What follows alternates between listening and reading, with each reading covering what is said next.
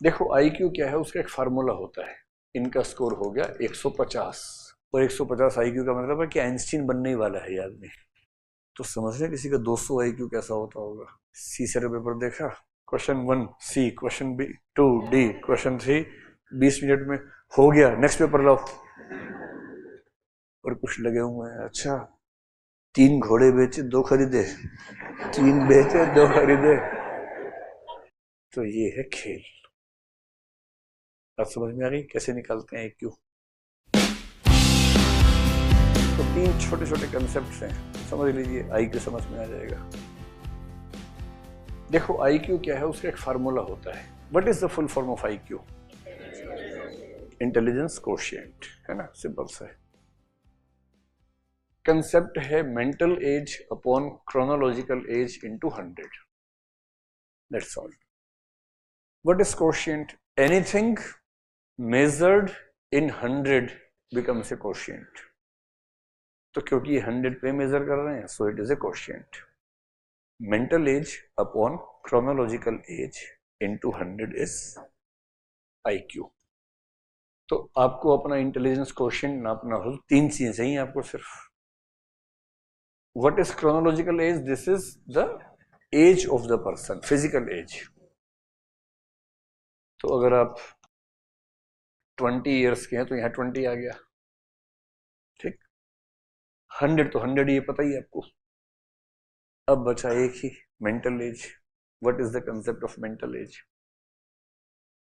और एक सिंपल सी बात है, अगर एज मान लीजिए 20 है, अगर इसकी मेंटल एज भी 20 निकली तो रिजल्ट क्या आएगा? 100 आएगा। And 100 is the average IQ. So a person having the equal mental as and chronological age is an average person. अगर आपकी मेंटल एज मान लीजिए निकल गई 25, तो आपका आईक्यू कितना हो गया? 125 हो गया, which is a huge score in IQ terms. बता रहा हूं। और गलती से अगर ये 15 आ गया तो हो गया 75। और 70 के नीचे होते हैं मेंटली रिटार्डेड, तो बाल बाल बचे। तो सारा खेल इसी बात है कि मेंटल एज क्या होती है। तो मेंटल एज क्या है, हल्का सा कंसेप्ट समझ लीजिए, फिर सारा फॉर्मूला समझ में आ जाएगा। What is your mental as? Mental as क्या होती है? लेट अस एज्यूम कि हमने एक क्वेश्चनेयर है 100 क्वेश्चंस का, उसमें हमने मैथ्स के, रीजनिंग के, लैंग्वेज के, कॉम्प्रिहेंशन के, सारे घोड़े गिलास हैं, कुछ गिलास हवाई जहाज हैं, वो सब उस तरह के सवाल लिखे हुए हैं। और हमने कहा कि 1 घंटे का टाइम देंगे भाई। 1 घंटा है, 100 क्वेश्चन हैं, और हमने जिस जिस को दिया उनकी एज नोट करते गए। तो 20 साल के 100 बच्चों को दिया, 21 के 100 बच्चों को दिया, 22 के 100 बच्चों को दिया, ऐसे हर उम्र के 100 बच्चों को ये पेपर दिया। और फिर हमने क्या किया, इन सबके रिस्पॉन्सेस को निकाल लिया कि कितने कितने सही है। लेट अस एज्यूम कि 20 साल के जो 100 बच्चों ने एग्जाम दिया, उन 100 के 100 के रिजल्ट्स की एवरेज आई 60 क्वेश्चंस।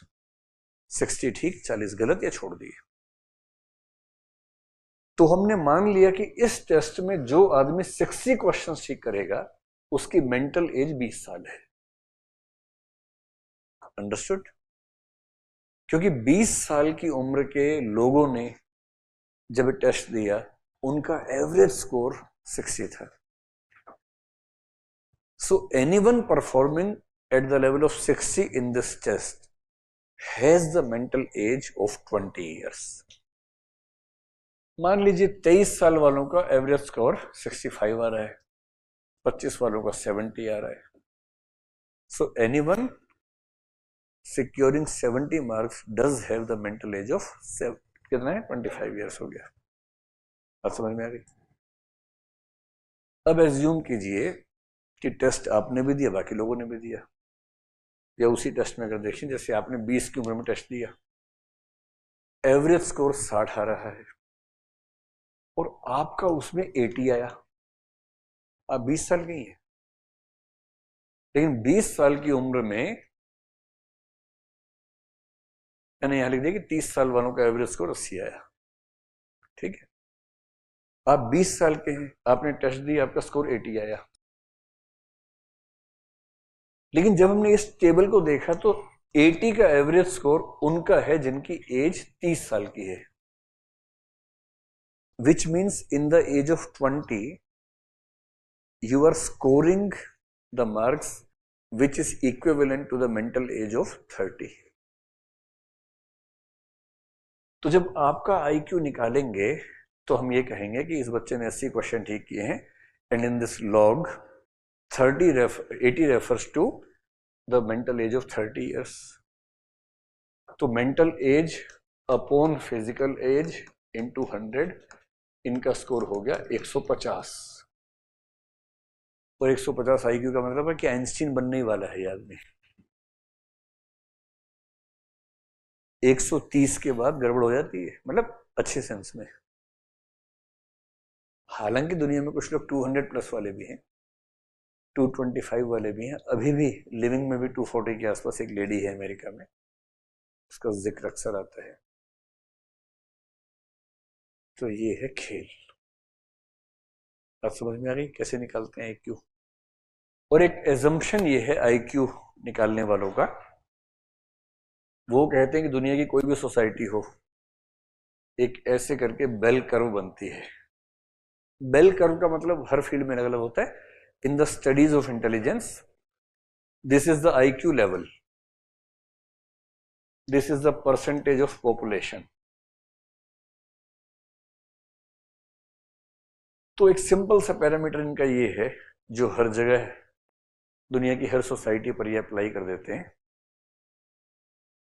90 से 109 का जो लेवल है, दैट इज 50% पॉपुलेशन। और ये मान के चलते हैं कि ये एवरेज लोग हैं।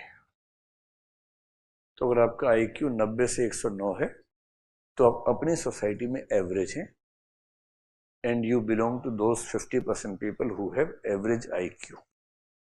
ठीक, अब इससे जो अगला लेवल है उस पे, और इससे जो पिछला लेवल है, 80 से 89 और 110 से 119, 16.1% यहां है, 16.1% यहां है, एकदम फिक्स है। फिर जब इससे और थोड़ा सा नीचे जाएंगे 70 टू 79 और 120 से 129, 6.7% यहां है, 6.7% यहां है। Less than 70 and more than 129 से ज्यादा या 130 या उससे ज्यादा, this is 2.2%, this is 2.2%, and this happens to be 100%.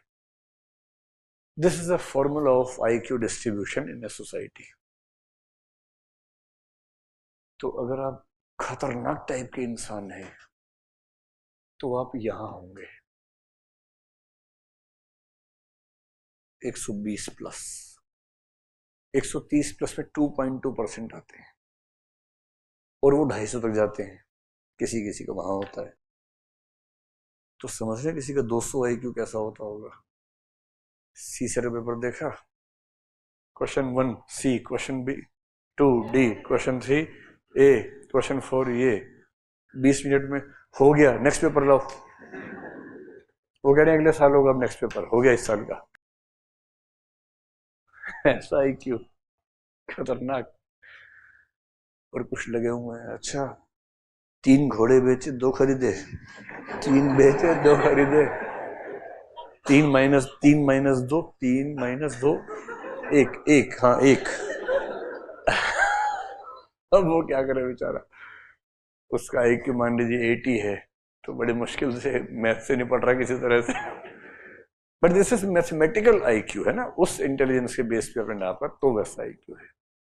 May be in special intelligence अलग लेवल्स हो जाएंगे, म्यूजिकल में अलग लेवल्स हो जाएंगे।